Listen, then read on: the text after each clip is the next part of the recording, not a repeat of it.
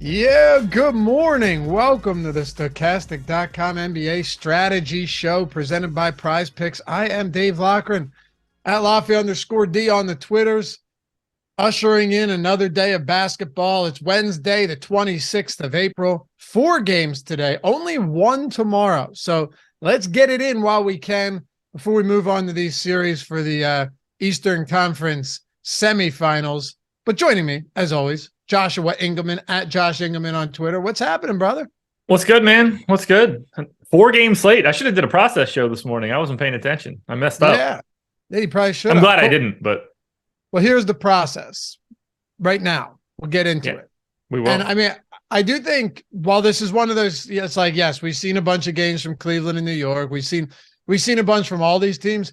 I do think it'll be interesting to break down some of these rotations that looked maybe a little bit different last game. We still have to talk about this interesting little wrinkle in the late game with De'Aaron Fox saying that he's playing despite having that index finger injury on his shooting hand. So I do think, compared to other 3 or 4 game playoff slates where we've already talked about a lot of games, I do think there are some interesting spots here that we're going to have to dig into a little bit.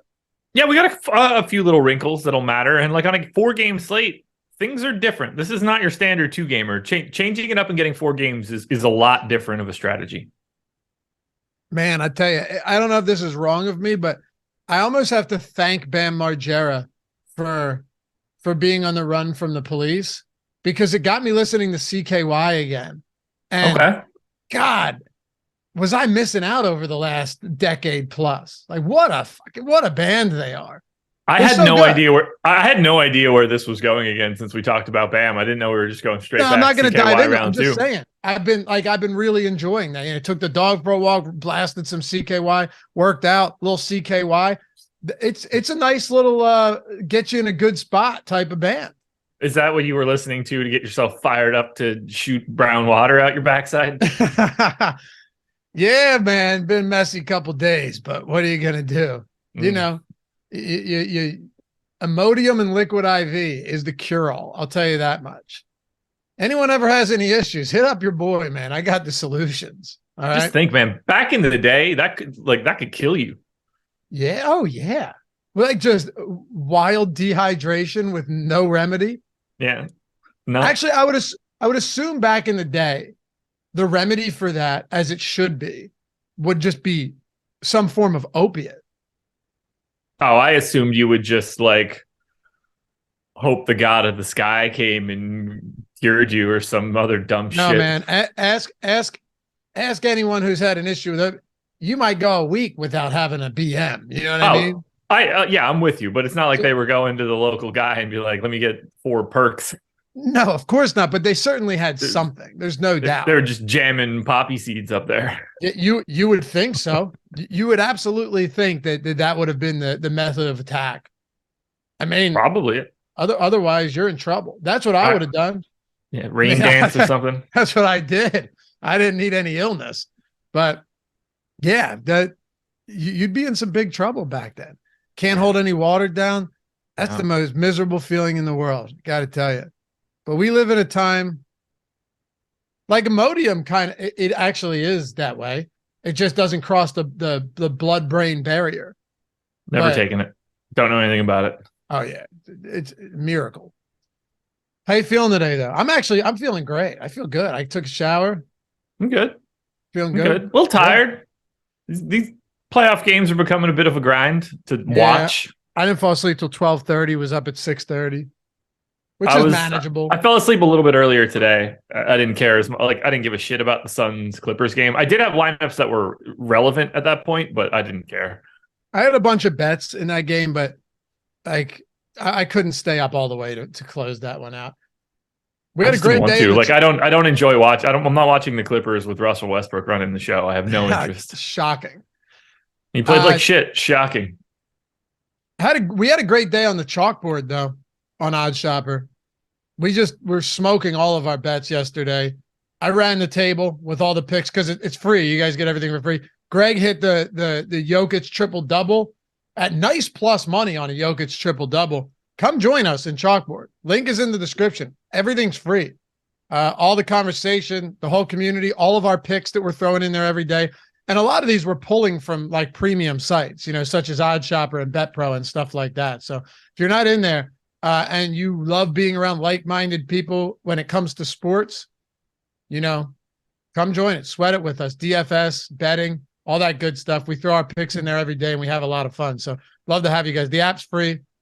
3-0 on PrizePicks yesterday. There you go. You throw that in Chalkboard as well. Yeah. Yeah. It's free. You can sync your sports books up, which is a huge feature. It's better than Discord for betting. All the box scores are in there. Check it out. Chalkboard right down there. OddsShopper. Come find us. Come say hello. Hop in there. Say, hey, how you guys doing? Glad to be here. You'll get a warm response, I promise. All right, you ready to talk a little basketball today? We got 4 games. Yeah, we got a lot to talk about. Let's do it.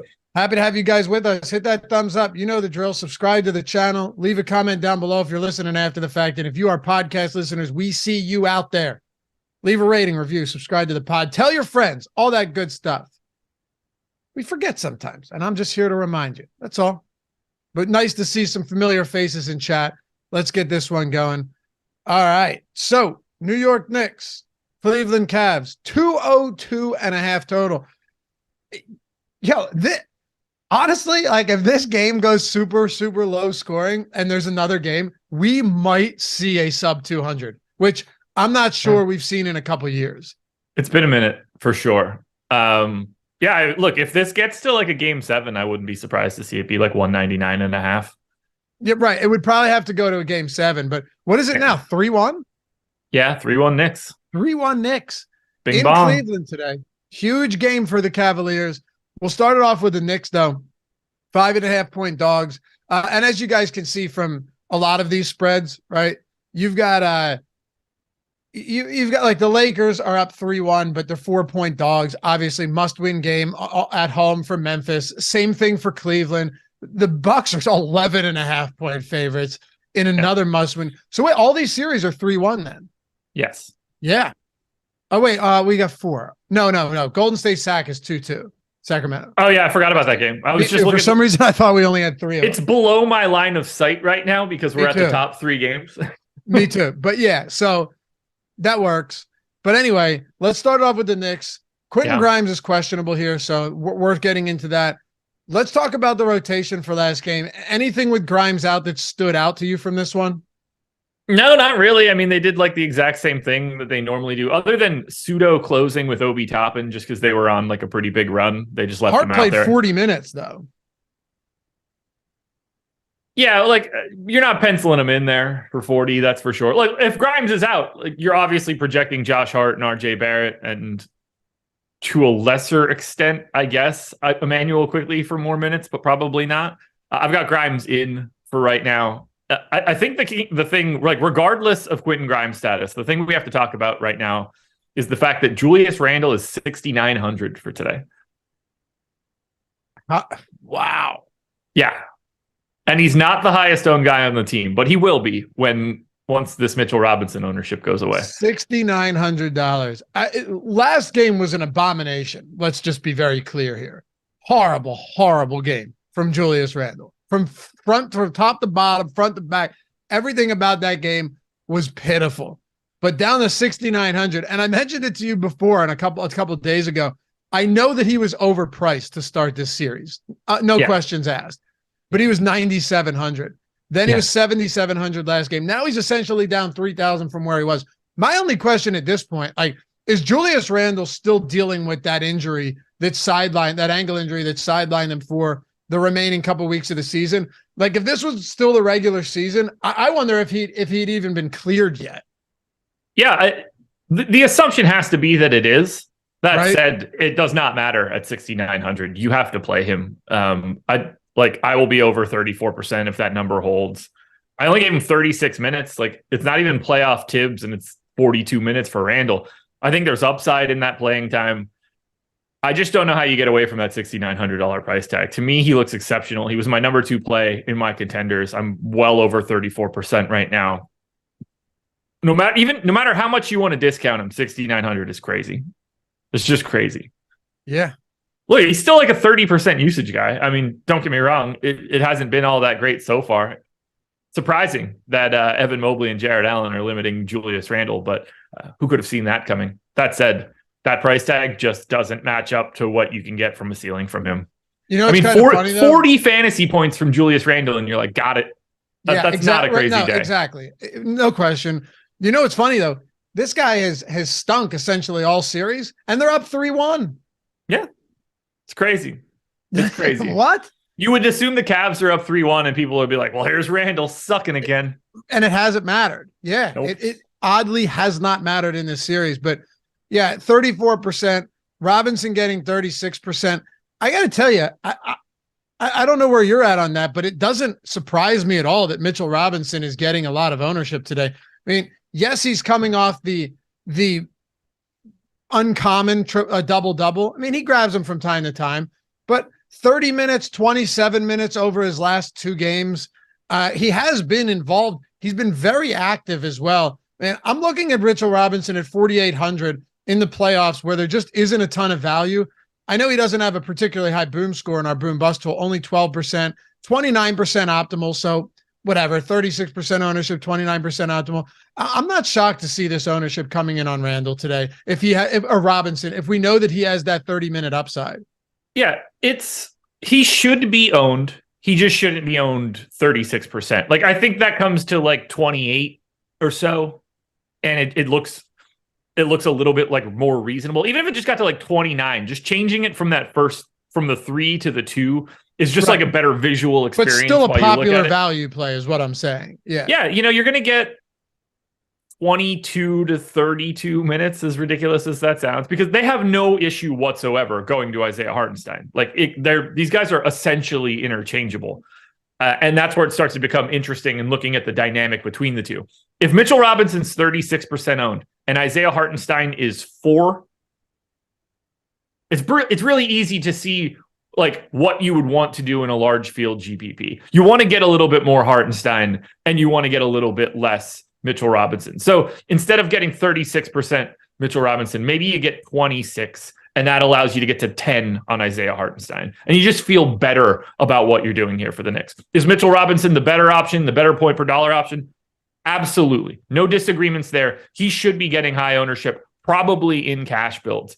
But from a large field standpoint, 9-1 ownership for Mitchell Robinson to Isaiah Hartenstein, that's just too big of a gap between the two. For Hartenstein played 27 minutes in game 2.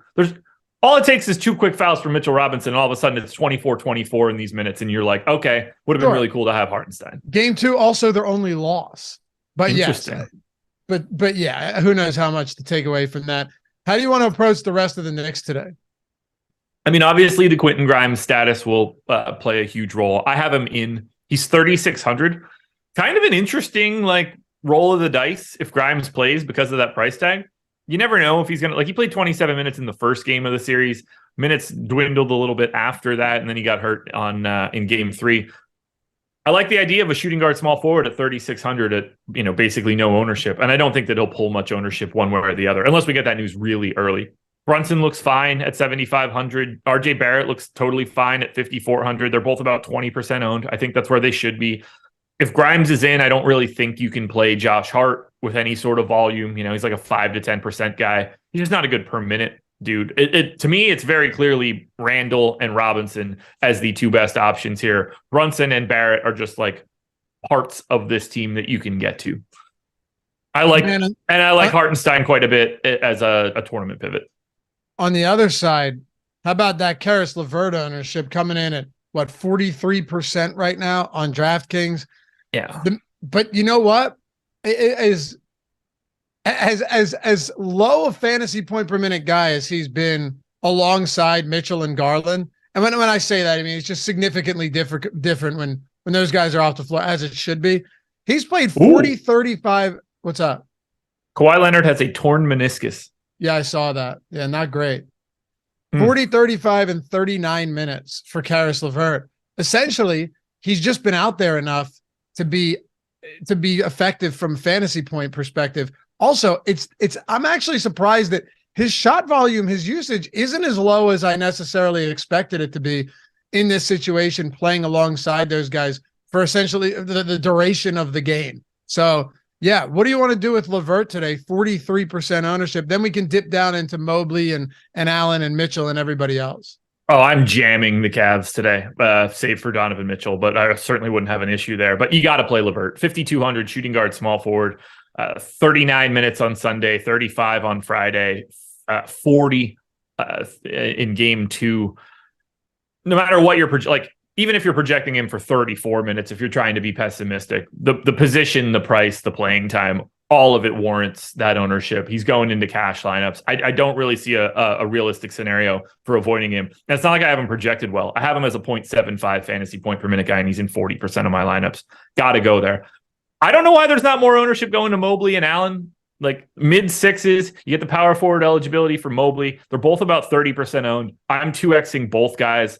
You're getting 38 to 40 minutes here. They don't have anybody else. So the only thing that's going to stop Jared Allen and Evan Mobley from being on the floor today is foul trouble. They're not like, oh, what we really need to do is get Danny Green and Ricky Rubio a couple extra minutes. Maybe we can trim them from the centers. Now, these guys are going to play as much as they possibly can. And at those two price tags, the fact that they're both fantasy point per minute guys, you just have to take that and look at those salaries and think, okay, 36 fantasy points is going to get you where you need to be. They're going to play 36 minutes. Right away, you're talking about coin flip type dudes. Could play more, could just play better. I love getting to the two bigs from Cleveland. And I love getting to Darius Garland. 18% owned, 7K. He played 36 minutes on Sunday. He played 36 minutes in game 2, got up to 43 in the first game. I want to get to a ton of Garland. I love getting to Cleveland here, even with this low total. And that's really appealing to me because I think this game and this Cleveland side is getting a little bit slept on, and I'm happy to get there. I just need Donovan Mitchell to keep playing less than stellar.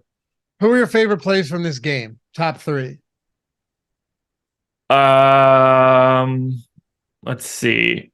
If we're talking like the guys that I'm going to be most exposed to, it's Mobley, Allen, and Randall. But Garland is basically right next to Allen. Put it this way. I have 38% or more of Mobley, Allen, Garland, LeVert, and Randall. So I'm going to give you all 5 of those guys in heavy rotation. All right. Let's talk about the Lakers. Talk about the Memphis Grizzlies. Before we do, how about our sponsor PrizePicks? How about a deal that's going on now where if you sign up at PrizePicks using the link in the description and in chat, because otherwise we wouldn't know how to find you, you not only get 100% deposit match up to $100, which in its own right is a beautiful thing. You put $100 in, now you got 200. Josh said yesterday, you could do $10 or $50. It's all the same, 100%. But if you have the 100, maximize that promo bonus. Not only are you getting that, you're also getting a free month of Stokastic Plus Platinum. So you go, they're talking about this boom bust tool. What's that? I was watching the MLB show today. We're talking about the MLB top stacks tool and the top pitchers and the top hitters tool. And ownership projections. What's that? Like to get a look at the player projections too. And the UFC top fighters tool or the top golfers tool for PGA and ownership, and NASCAR top drivers tool and F1 even, because I want to dip my toes everywhere I can. Tennis, all that. $120 value, 100% free when you sign up a deposit at PrizePicks. Just has to be $10, but it's whatever you want. Up to $100, you're getting 100% deposit matched, right? So like I said, $200 is what you get if you have 100. It's going to show 200 now. All of our tools, man, for outside of football right now, you have the pick of the litter as far as sports goes. Everything you want. Lineup generator too, lineup builder. I don't know. I could go on for days. And with this being a month, if you wanted to add the Fantasy Cruncher add-on, you can do that as well. $120 value. And And you have PrizePicks tools to help you with this. Josh has the video out every day over at OddsShopper. That's going to put you in a good spot. You're just picking props. You're just picking props, putting them into a lineup. Traditional book may call it a parlay. But unlike a traditional book, if you were to do like a 5-pick flex play at PrizePicks and you hit 5, you 10x. If you hit 4, it's not that you get nothing back. You still 2x. You still get money back on hitting 3 of 5. So talk about just like actual sustainability while also giving yourself a chance to hit something big. PrizePicks, man. Huge for those of you in non-legal betting states on top of that. And they got the 6th pick for 25. Oh, and Josh, how about the the fact that they're drawing someone every day throughout the NBA postseason to win potentially $1 million. You go if you're the person that gets picked and you go 6 of 6, you got a cold million in your pocket at that point in time. Even if you hit 4, it's still like 16,000, 60,000 on 5 or something. Yeah. Amazing stuff they're doing there right now. And you're getting the free month of Stokastic. All of our tools, if you've been waiting on the fence, trying to get your foot in the door, waiting for the best opportunity, here it is. PrizePicks, sponsor of the Strategy Show. If you use the link in the description or the one that Jacob threw in the chat, that's how we can find you, get you that free month, okay? And also get that first match deposit bonus up to $100. All right. And check Josh's videos out every day on OddsShopper. 3-0 yesterday, right? 3-0 yesterday. 2-0 plus the taco got us to 3-0. And I didn't even do the flex play. I did the whatever the hell one is to just be like, yo, I'm going to hit all 3 of these. What was the taco? The hockey one, the goalie? No, Anthony Edwards over like 20 and a half points. There was a goalie. There was a goalie too. No, right? I grabbed the NBA one right out of the gate. Gotcha. All right, let's talk about the Lakers. Not a very popular team today. And just looking in the tools right now, all of that kind of makes sense. I will say, you had talked about Vanderbilt. I had some reservations there. Vanderbilt was just draining threes early in that game. He hit 2 almost immediately. I know. And they weren't guarding him. They weren't guarding him at all. I know. He only hit 2 in the game, understandably, but didn't it feel like he was just knocking them down left and right? Yeah, it was great. I was very happy knowing how much Vanderbilt I had. And it's crazy, too, because he only played 20 minutes in that game. He, 1.5 fantasy points per minute. He was very active on the boards pretty much everywhere in the 20 minutes he was out there. Blocked 3 shots, had 15 points, but 20 minutes in that game. So despite the improved performance, you still only saw that type of playing time from him. Schroeder played more minutes than Russell in this one. What do you want to do? I'll let you start wherever you want because it doesn't seem like there's a ton here. There is not a ton here. Highest owned guy is 15% owned. D'Angelo Russell. I'm a little bit under that number. He just looks bad when he's out there. They don't unless he's shooting really well, they're not leaving him out there. They're going to, more Schroeder, more of a defensive more defensive style for, sort of joining the rest of the starters. 1.5% ownership to LeBron, 2.5% ownership to AD. I don't have either one of these guys. Their prices are a little bit problematic in comparison to everybody else's. Only guy that I'm really getting to is Austin Reeves. And even then, that's only 20%. He's the only guy I have in double digits. You want to go to Rui? He's already 5,700. I don't see it. Schroeder's 3,800. I think there's a path there to liking the value of Schroeder at 9% owned. He got 30 minutes in this most recent game. If you think that he can close, that's a pretty appealing price tag for him. I don't really have any Vanderbilt, Troy Brown, Malik Beasley. I think the Lakers are probably the worst team that you can get to on today's slate. They have 46.7 aggregate ownership. Like if you add everybody's individual ownerships together, that is the lowest mark of any one of the teams on today's slate. They just don't look good. No, they look pretty bad from top to bottom, but as a team, they look pretty good. The way this team's playing right now, LeBron James, I don't want to, there's no need to heap more superlatives on a guy that has already been, everything has already been said about LeBron James. But watching him at his age, right? And think about your age, okay? How old are you? 38, 37? Stop it. 38. You're 38. Yeah. All right. I can't remember that shit, man. I barely knew that it was 2023. That was the struggle. But you're the same guy that you said you'd win the memory game that I was talking about yesterday. Yeah, because I don't give a shit about remembering my age. It's meaningless at this point in time. Every single one of those numbers mean dick all at this point. All right. You're like Matthew McConaughey from True Detective. I'll destroy your daughter in a memory game. I'll promise you that. You're Russ Cole. Yeah, my daughter's 2, dude. I'm not talking about that. Damn right. Okay, you take a 5-year-old kid. Do you have any? I'm not taking a 5-year-old kid anywhere, man. That's insane. You have any nieces or nephews? No. You don't? No. Okay. No, I do. Jacob, do you? I do. Okay. One, if you find next time you're with your nephew or niece or whatever, 5 years old, that memory game where you flip the cards over and you have to remember where they are and you have to match them, they'll smoke you guys. I'll get smoked. They'll smoke you because there's no pollution, There's nothing going on up in that head, no anxiety. They don't have to worry about shit outside of, can I match these cards? I'm telling you, man, I put money on it that you'll lose. I'll find anywhere. I'm not going to go around trying to find a 5-year-old. I'm not asking you to go to a kindergarten. Jail, yeah, I'm not asking you to go to kindergarten and be like, listen, would you mind if yeah, of course not. But I'm telling you, they'll smoke you. Let me get back to what I was saying. Then the next time that I see my niece, I'm going to destroy her in this, and you will learn a valuable lesson. Yep. Well, no. Jacob Roach said, I believe it. They haven't smoked weed yet. Exactly. Like you'll get crushed. Besides the point. No. LeBron's 38. Yes. And I know that he's just a freak, genetically, athletically, all of that. But to watch him at that age, after being in the league for 400 years, grab defensive rebounds and drive down the floor for like what appears to be the easiest transition layups or fast break layups that you'll ever see in your life at 38 years old, it's just really something that 38 years old, what he's doing. Again, I know everyone said this before, but I wasn't sure when it was going to stop. He still looks outstanding, dude. It's just a testament to how good performance enhancing drugs are if you're still good. What do you mean by performance enhancing drugs? I mean, I assume the growth hormone and the EPO and everything else that LeBron is taking, like it is doing wonders to maintain his career. Because at 38, he still looks fantastic. In a different era, this would not be going as well for LeBron, but when you can pump your body full of all of the best shit, man, it helps. No doubt about it. That's verifiable, right? Like that's an objective truth. What I'm saying though, is you could still do that for all like many other players, almost any other player in the league.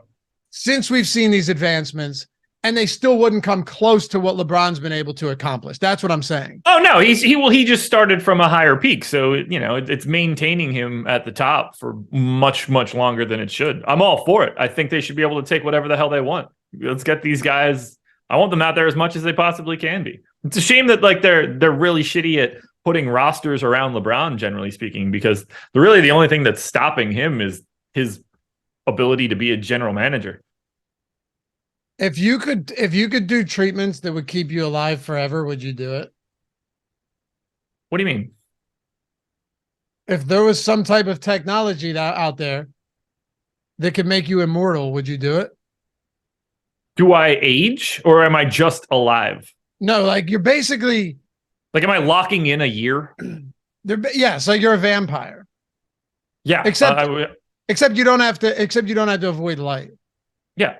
I'm going to avoid that shit either way. We're DFS touts. Would you do it though? We don't go outside. Would you do it? Unquestionably. Speak for yourself, man. I love being outside. You're crazy to not try and get outside. Immediately, I would do it. Okay. I have the dream of locking myself in a Groundhog Day scenario. So yeah, of course I would do that. What if no one else around you or close to you does it? Or could it would be better. Really? Who cares? Yeah, you're going to experience everything. Like you're just going to continue to make new friends and have new experiences. So like you'd be cool with Katie just aging and getting sick and everything while you stay exactly the same with no issues? Yeah, why wouldn't I? Jeez. All right. I mean, what's the alternative? That my life sucks just because of everybody else? Fuck that. You would for sure get divorced if you did that within a year. Well, yeah, because it wouldn't be important anymore. I mean, you're talking about infinite life.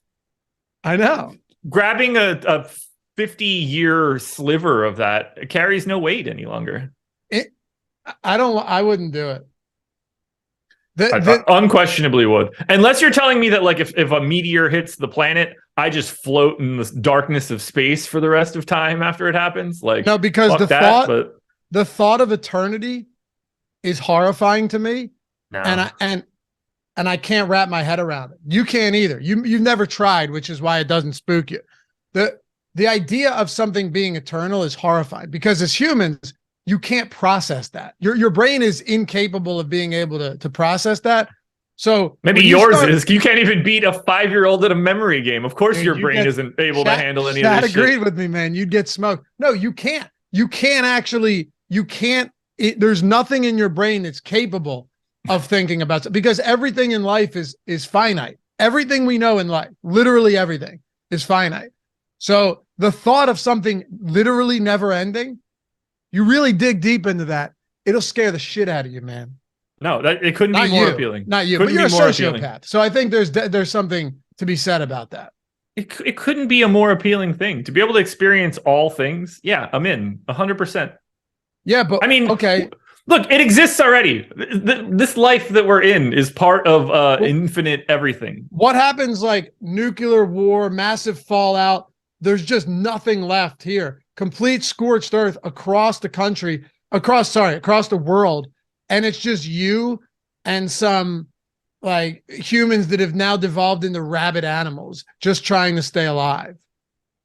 Yeah, I'm gonna destroy them because I can't die, right? Isn't that what you're telling me? So like you would just fight I'm gonna be like Iron Man, man, just go running around slitting these people's throats. I was thinking Will Smith. What was it? Click. Yeah, click. No. Will Smith. I Am Legend. I Am Legend. Yeah. I Am Legend. Cool. Look, do I want that part of this equation? No, not at all. Cool with it. I don't care. All right. But yes, I don't know, man. If I could press the button right now, you wouldn't have been able to finish the sentence by the time I hit that button and locked it in.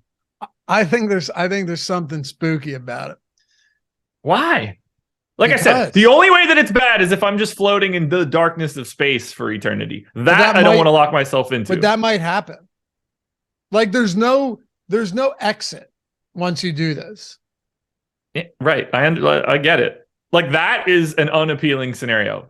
Pure darkness, like being locked in pure darkness. That's not unappealing. That is for infinite time. That's madness. The thought of that doesn't just like spook you. The thought of something like that. I just wonder what happens in that scenario. Do you go so crazy that you create an entire reality in your head? That you would definitely devolve into like severe psychosis and then maybe ultimately just become comatose forever. You know what I mean? Like catatonic, I mean. Yeah, maybe.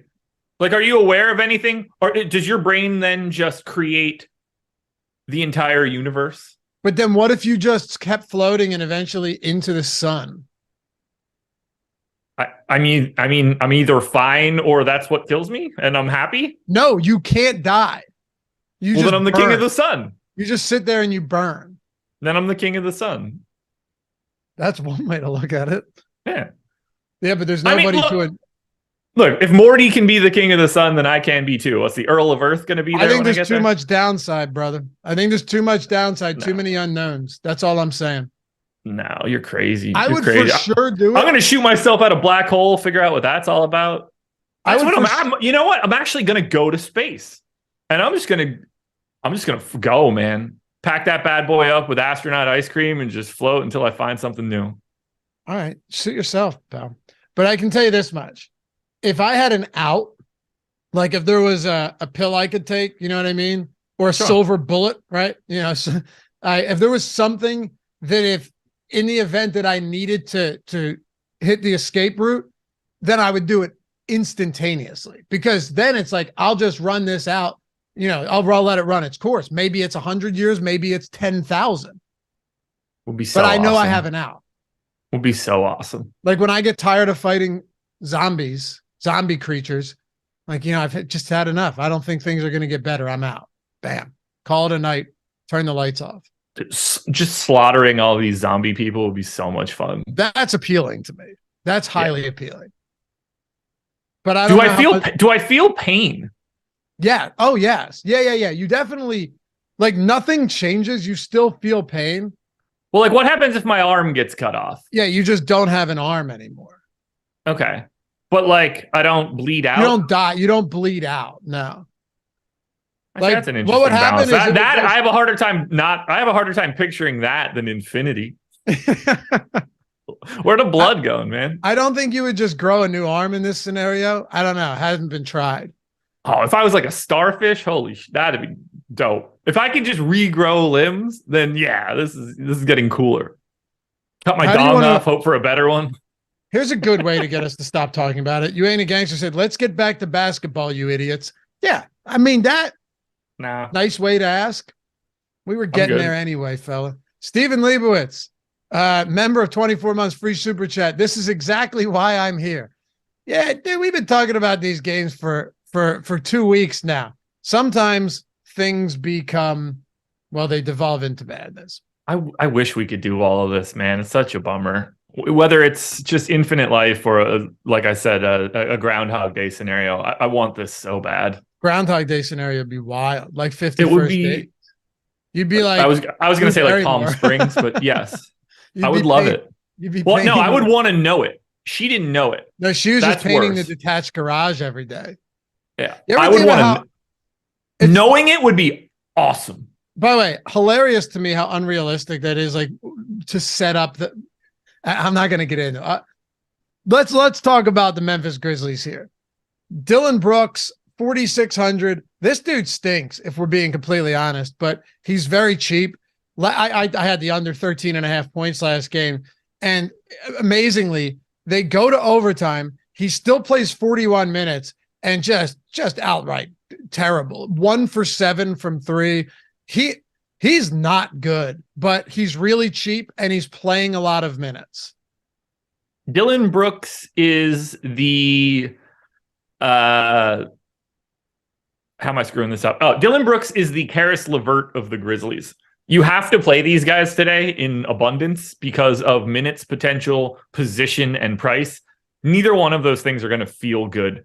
We got 41 minutes out of Brooks in this most recent game. I only projected him for 31 in this spot. You can very easily get that up to 34, 35 and feel good about it. And you're just going to have him everywhere. He's 56% owned. He's going into all cash lineups. You just got to play Dylan Brooks. No one's going to be happy there, but you got to do it. I'm surprised Tillman is only 21% owned. This is another reason why I'm just not as interested in Mitchell Robinson. 5,500. Tillman's minutes, 32 minutes in the game that Morant missed, 39.5 in game 3, 41.5 in game 4.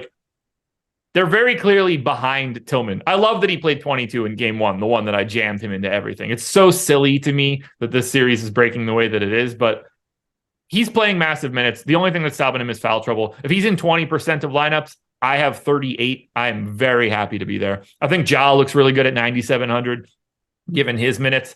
We didn't see Ja and Tyus Jones play alongside of each other on Monday.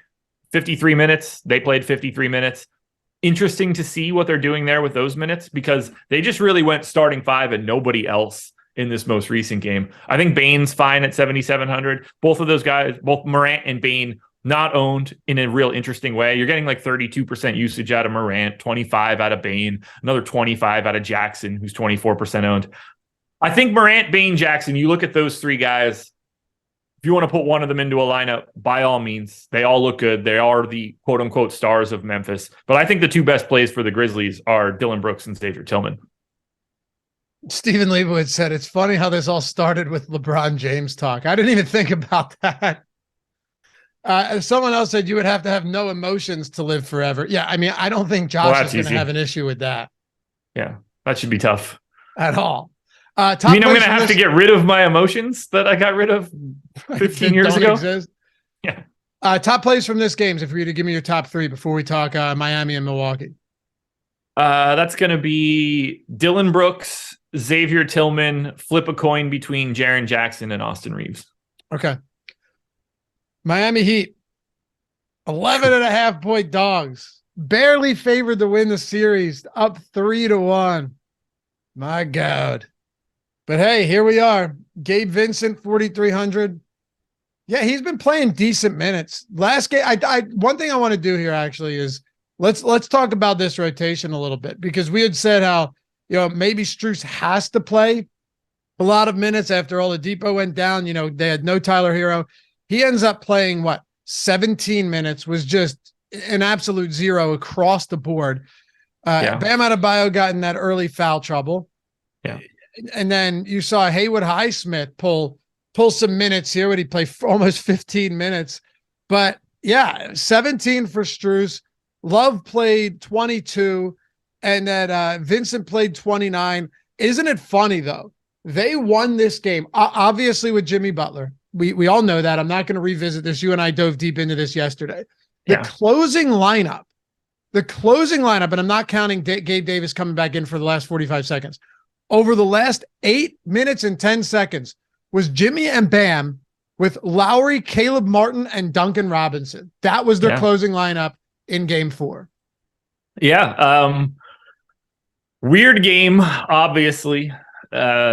Miami wasn't great. Jimmy Butler was as great as he could possibly be. Very interesting dynamic for this one in terms of trying to project minutes. Like, because you're not projecting Max Strus for 17, given the current status with no Oladipo, no Hero. I think Strus is really interesting today at 2% owned. Like, people are going to run away from him. All it takes is a couple made threes or like a couple made shots early, and then Duncan Robinson isn't out there as much. Like, they don't have any allegiance to Duncan Robinson over Strus. So I find him to be an interesting pivot. I still find Duncan Robinson to be interesting. Like, one of those guys is going to fall into bigger minutes. I don't know why Gabe Vincent's getting 31% ownership. I think he's fine. I don't think that he's all that different than the other value options that exist for this team today. Kevin Love's getting some quote unquote love. I will likely not have him again. He looked bad in that game. They clearly don't want to close with him or bring him out there. So he's kind of limited to, 22 minutes. They were getting bludgeoned while he was on the floor. If it wasn't for Jimmy Butler scoring 21 points in the first quarter, Kevin Love would have been like minus 15. He had to put the saving grace there. I think everybody should be jamming Bam Adebayo, and I don't understand why he's 14% owned. People are crazy here. I'm going to continue to have 60+% of Bam.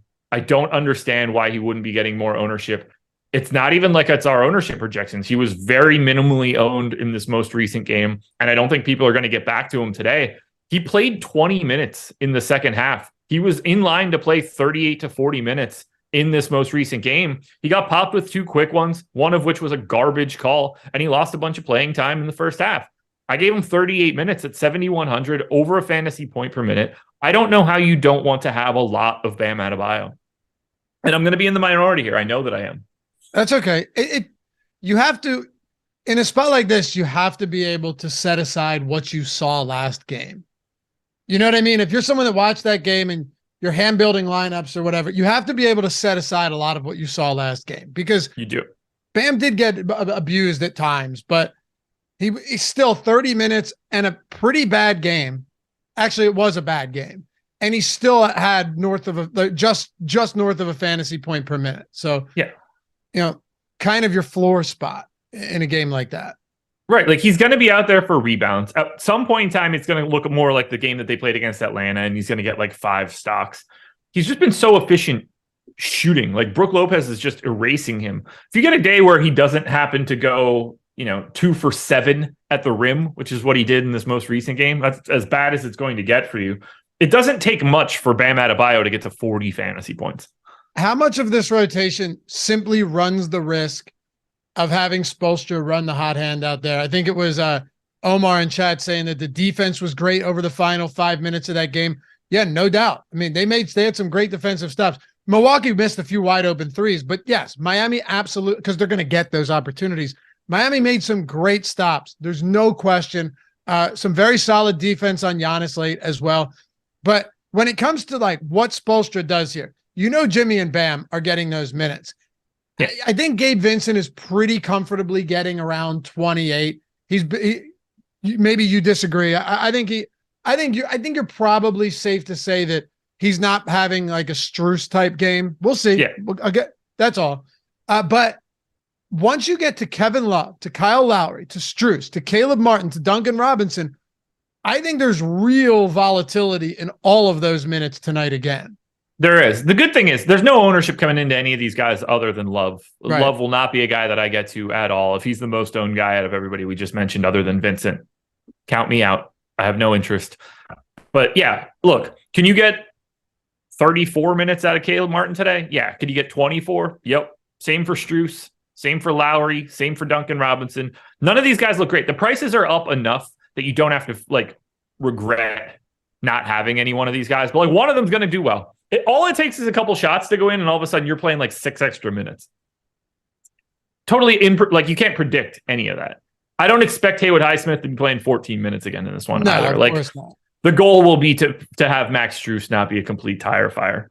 I think Duncan Robinson again is the one at 4K that's just really the most intriguing to me, because you know that if he gets the minutes, it's probably, and I understand last game he didn't exactly light it up, but generally speaking, if Duncan Robinson is getting the minutes, yesterday, you could call last game an outlier, sure, but if he is getting those, it's because he is probably playing pretty well. He's played 26, 24, and 30 over the last 3 games, Josh, and he's not really pulling a lot of ownership.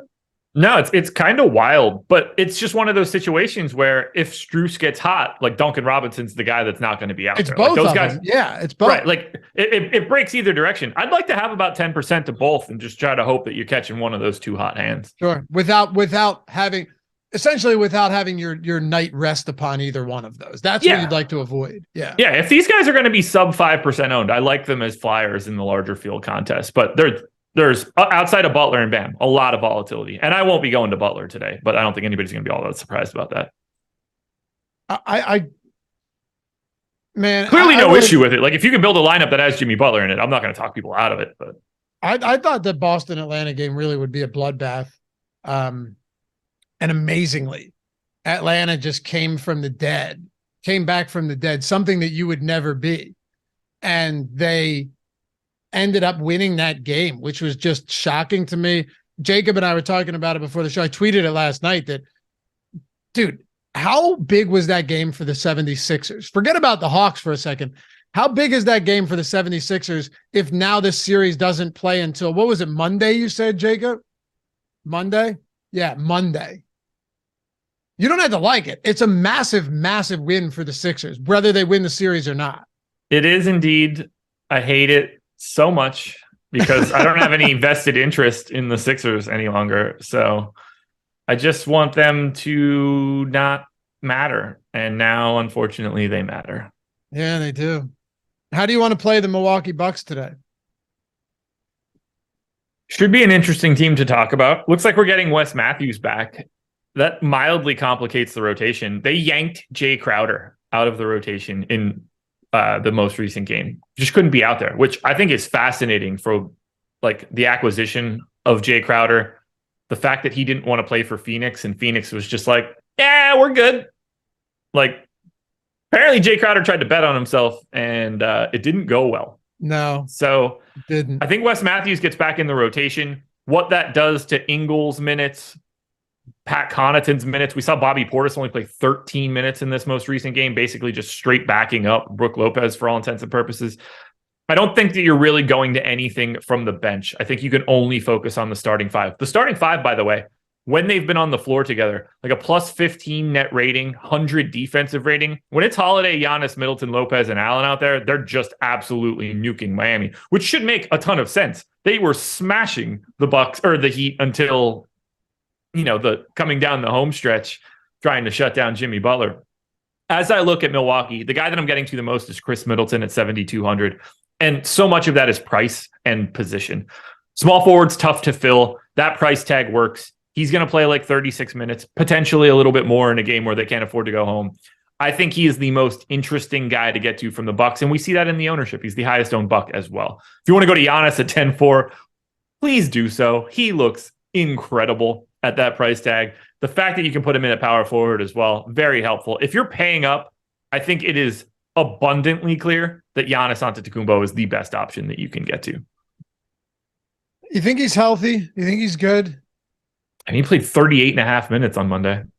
See, that didn't surprise me at all. I don't know why there was this assumption that he just wasn't good. I mean, 38.5. Okay, fine. That seems, but like the whole, 36 to me wouldn't have been even remotely surprising. It's a massive game. Take today, for example. Let's assume Miami keeps this even relatively close. Giannis is going to play a ton of minutes. This is the 1 seed in the East. They can't get dispatched in the opening round. Like, it just can't happen, Josh. And not to say it won't, but you can't go down with giving Giannis 34 minutes in game 5 at home. Do you think he's not healthy? I don't think he's 100%. No. Okay. Again, we have to look at this realistically. Now, do I know? Is there something I'm saying like, man, that's something's not right? No, of course not. And he still had, 26, 10, and 13. But Giannis at 80% can still be anybody else in the league, save for a few players, at 180%, right? Like he's still going to be dominant. I just can't help but look at some of these players who are kind of thrust back into action, especially in very important series where you've fallen behind, and think, if this were the regular season, they're probably keeping them out for at least a couple more games. Do I know for a fact? No. But is it unrealistic to think that? Of course not. No. Look, I don't know what to do with his production if you think he's dinged up a little bit. What I'll do is nothing, at which point I will just continue to say that Giannis is the best guy that you can get to if you're trying to pay up. I'll have a little bit more of Lopez. I had a ton of 45% of Brook Lopez for the blow-up game, 2 nights ago. I don't think you get there in the same way at 6,400, but I am 2xing the field. He's only 5% owned. Grayson Allen, very interesting as a value option at 4,400. Given what we saw from an ownership perspective on some of the other guys in the 4K range, is it crazy to want to go to Grayson Allen at no ownership? Here's the easiest way to look at it. There's absolutely no reason that Gabe Vincent should be 31% owned and Grayson Allen should be 7%. That's insane. Those are the exact same guys, the exact same plays, basically the same positions. We should not have a 4-to-1 relationship for Gabe Vincent to Grayson Allen. Neither one of them are really good per minute dudes. You've got Dylan Brooks in at 56% ownership. Just like pivoting these very highly owned guys to someone like Grayson Allen, I think is viable. He's a bad per minute dude.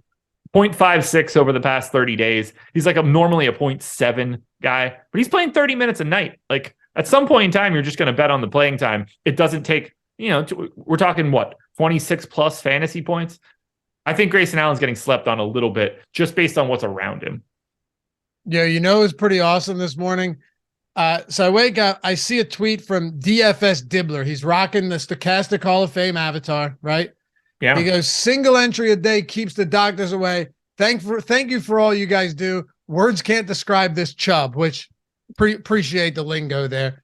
And he shows a screenshot, single entry in the Tuesday clutch shot, 100K to first. He takes third place for 10K single entry. And then, of course, rocking the Stokastic avatar, he's of course getting the free month of Stokastic plus Platinum, right? Like, is he? What? Why? What? Of course. Why wouldn't he? I don't know if he is or not. I don't want to be the bearer of bad news, but if he's tied, he would not get it. Well, he's not. He's not tied with more than 3 people if he's taking. He wouldn't have to be tied with more than 3 people. He would just have to be tied with 1. No, that's not how we do it. It's tied with more than 3 people. Yeah, because you'd be tied because that's set up for showdown scenarios. It's not like we're worried about the 4th and 5th place. He's got it for sure. Okay, for sure. I went back and looked. Well, then congratulations and welcome to the Hall of Fame. But I'm a stickler for the rules. So am I. Oh, I am. But he asked, and I'm like, I'm looking at this. He didn't tie with multiple people. Then he's in. And he's like, do I qualify? I'm thinking, let's see. It's 3rd place out of 23,000. We get a lot of times where it's like a 40-way tie in a single game showdown with 1,000 people. This was like as much a shoe-in as ever. And I love seeing that stuff because you rock the Stokastic avatar. You go to stokastic.com/avatar, okay? And just use it wherever you play. The worst case scenario is you don't win, but like when you do win, you've got that avatar in your back pocket. So now you're getting the free month of Stokastic plus Platinum. When I do the Hall of Fame segment every single week, which in between Deeper Dive and Live Before Lock, you're getting inducted into the Hall of Fame. You're getting that shout out. You're getting on the Wall of Fame. It's a beautiful thing. And to see like a single entry in a spot like that, man, for 3rd place, 10K, getting up into the Hall of Fame, getting the free month simply because you're rocking the avatar, I love to see it. I absolutely do. Or Josh, or you could say, I'd like a free month. I would like a free month, but I haven't gotten there yet. I'm rocking the avatar. You could just do 50% off all of our tools for any sport, or you could do 50% off the lineup generator, which is less than $4.50 a week for those that are only playing a few bucks a day, or playing a lot of dollars a day, but just don't have the time. That's the way to do it. Come in for the 50%. If you can't get yourself into the Hall of Fame, take the 50% off deal. I mean, it's 50% off. That's a massive, massive deal. And the amount of shit that you get behind the paywall is staggering right now. We mentioned it with PrizePicks. You're getting every single tool for every single sport. You can add the Fantasy Cruncher add-on. You can do 1 week of one sport or all sports. You can do 1 month of one sport or all sport. MLB tools absolutely crushing lately. Crushing. Steve Buzzer just won $350,000 in 4 days. NBA tools crushing. Tom Kennedy, Eddie Lai. We just saw DFS Dibbler $10,000 in that one. Check it out. Link in the description and in chat. If you want, like I said, there's any way you want to do it. One sport, every sport, 1 week, 1 month, or lineup generator for less than $450 a week. Get in on that as well. That's an awesome tool. Play it how you'd like. You can DM me on Twitter. They're open. I'm happy to answer your questions, but get in it. Like if you can't take advantage of the PrizePicks promo, you're already over there, or you can't play it, you're not in the legal state, 50% off everything on the site. Win some money, man. Then get up in the Hall of Fame. Then get inducted. Then get another free month. I mean, come on. It's a snowball effect. Ready to talk Warriors Sacramento here? I am. A hell of a late night hammer tonight, man. Whoo, boy. I'm going to be tired as shit, but I'm glad we only have one game tomorrow because this is the game to watch. Holy shit. A game. Yeah. Ooh, it's going to be fun. Warriors are going to beat the living shit out of them. I can't wait. Say it again. Warriors are going to beat the shit out of Sacramento. Book it. You think so? Yes. Yes. Yeah, this one's over. I think a lot of it also is dependent on how De'Aaron Fox looks. Like if he can't shoot, let him press the button that keeps people alive forever to fix that finger. It don't matter at all. Warriors route. They're done screwing around, man. They let him play and like let him think, oh, we're gonna go light the beam. Yeah. Defending champs are here, man. Defending champs are here. The alt spread in this game. Let's see some alt spreads. I want to see what you would take this to. All right. Let's do it. The highest alt spread you can bet on the Warriors is -11.5 at +340. +340? Yeah. I wouldn't even take that. I would try to bring I would like to do a same game parlay on this one and add like an extra feature or two on the Warriors side that sort of correlates a little bit and really jack that one up. You know, like take something like, Warriors -10 along with Steph making like 3, 4, 5 threes or something crazy like that. Just really turn the dials up because I think they're going to absolutely smack Sacramento today. They'll kill you on those odds just because it's correlated, but you're still going to get a massive long shot if you go heavy on like the alt spread plus Curry over, like ladder up three, not ladder, but just play like a 5-3 game from Curry. Yeah. Yeah. That could get it. They're gonna bust them up today. All the Warriors can't win on the road. Chirpy people are gonna shut up. About to be silenced. It's donezo. Yeah, it's Sacramento. They stink compared to other playoff teams. Look, I was 100% with you until they took 2 games. We'll see. Yo, also, if you're into the betting stuff, chalkboard, not chalkboard. I already told you about that. The Odd Shop, 4:00 Eastern, Monday through Friday on the Odd Shopper channel. Yo, Ben and I went just nuclear yesterday. The community parlay +463 hit. We laddered Jamal Murray threes up to 5 at +500 or 550 hit. Just everything across the board, man. It was just, one of those days where all the stars align and you can't miss. It was nice. And then when you get those, you can kind of ride, you can kind of coast for a little while. Oh yeah. I mean, you're buying a lot of future bets with those kind of days. That's for sure. Yeah. It was fun. How are you going after the Warriors today? Starting with Jordan Poole, 46% right now. Once you get below Jordan Poole, there's not a ton of ownership going to most of these guys. No, and I kind of get that too. Poole is the guy that you need to get to. Cash game play today. Played 28 and 26 minutes over the past 2 games. I gave him 26 for today at 5K. He's around a fantasy point per minute, dude. The 46% ownership to me is warranted. It doesn't feel great going to Poole here.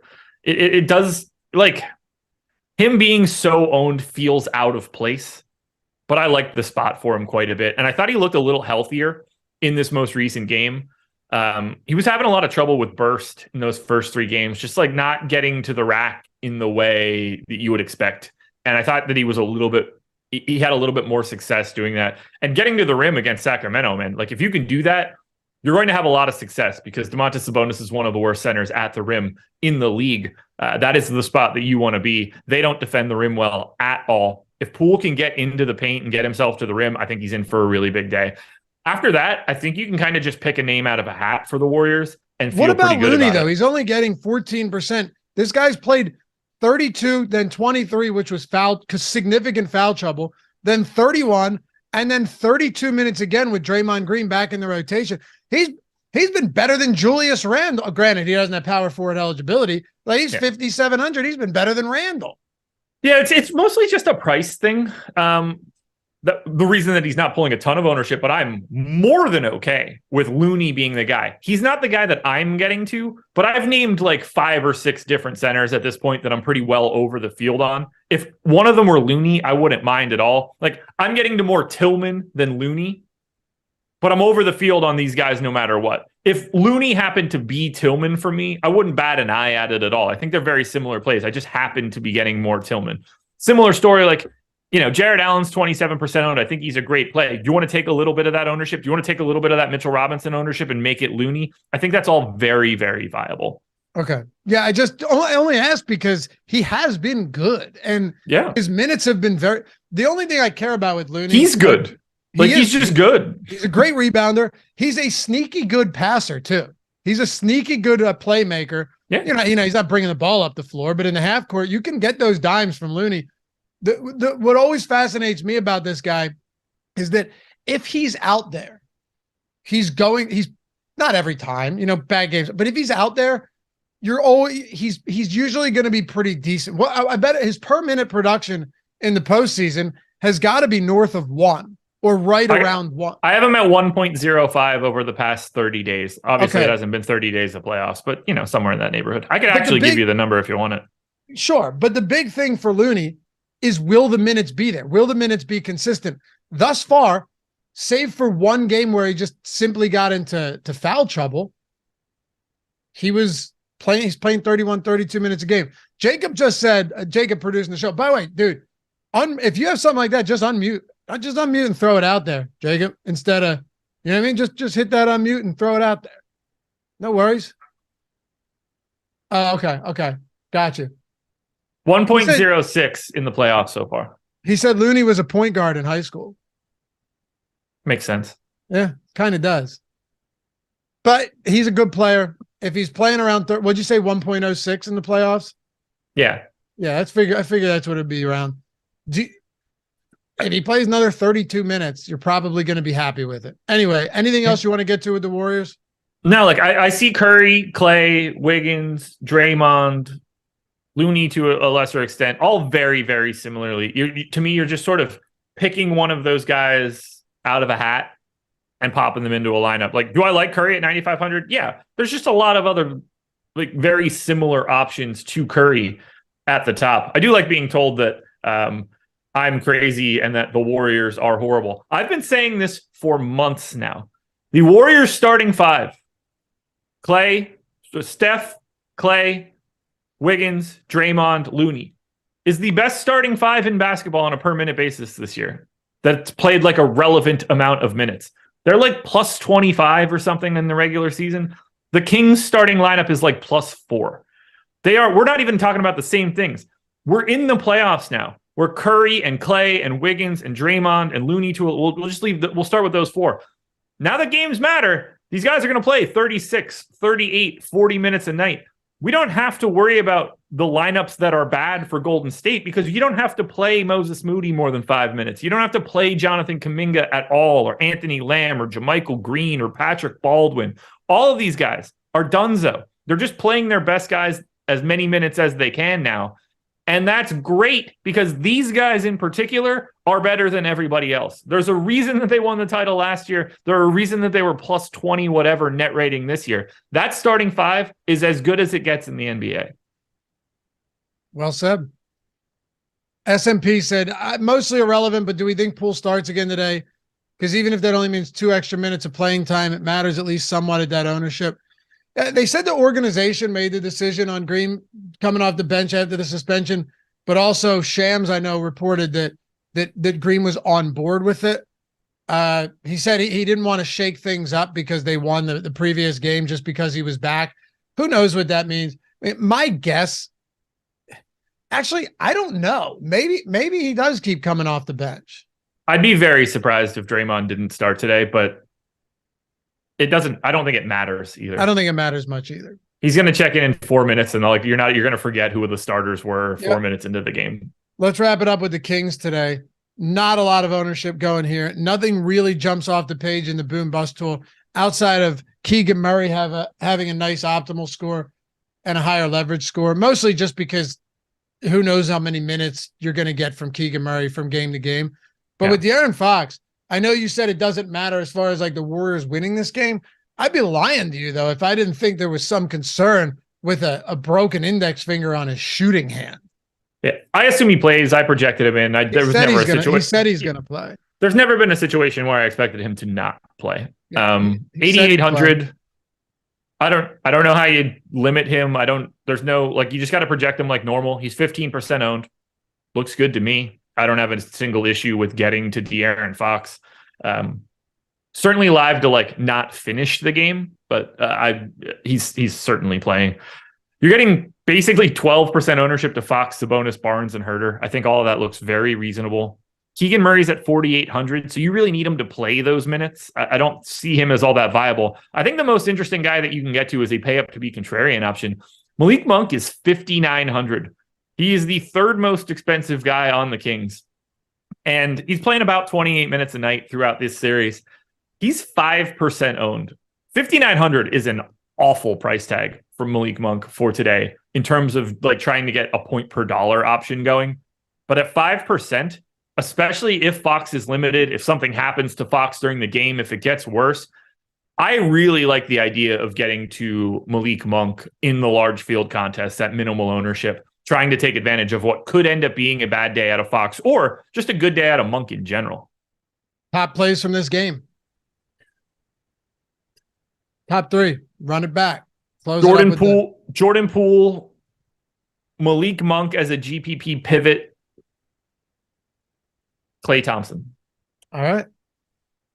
You can follow Josh at Josh Engleman. You can check out the PrizePicks video. You got anything else going on today? One other. One other piece. Yep, yeah. Gotcha. And then deeper dive later tonight with Adam, I guess. Sweet. Yeah, and good to have a deeper dive with. It's perfect. I get a deeper dive with Adam for 4 games. I'm not on the deeper dive tomorrow, so good luck dragging an hour out of him for 1 game. He's going to be awful. Dude's not going to be. When you're getting those 1-word answers and shit, and the show's done in 20 minutes, enjoy filling that final 40. You know, I can stretch. Well, you're going to have to because he ain't going to stretch shit. I could stretch. He stretched this morning. I was telling him all about it. He's stretching now, physically stretching. Yeah. Getting into that stretch life, man. You have to too. Change your life. I'm telling you, big difference. Yeah. Because you're not immortal, and you will start to deteriorate. No. And you will your muscles will atrophy. Your joints will freeze up, and you'll just become a puddle. No, I have plenty of joints, dude. Did you ever see Andrew Schultz joke about Stephen Hawking? Maybe. I have to send it to you. No, just say it on the stream. Sure. He was like, well, I don't want to ruin it. It's not that That's okay. Just ruin it. It's fine. I can hear it in Schultz's voice. It was basically like, of course, Stephen Hawking didn't believe in God. He made him a puddle. Something that you have to watch it because it was really good, but it was good stuff. Appreciate you guys though. Follow Josh at Josh Engleman, me at Laffy_D, and we'll catch you back here tomorrow. A little strategy show, deeper dive, live before lock tonight. The Odds Shop. Hopefully they can keep that one running today and keep it hot. That's at 4:00. We'll see you back here soon. Peace. Josh.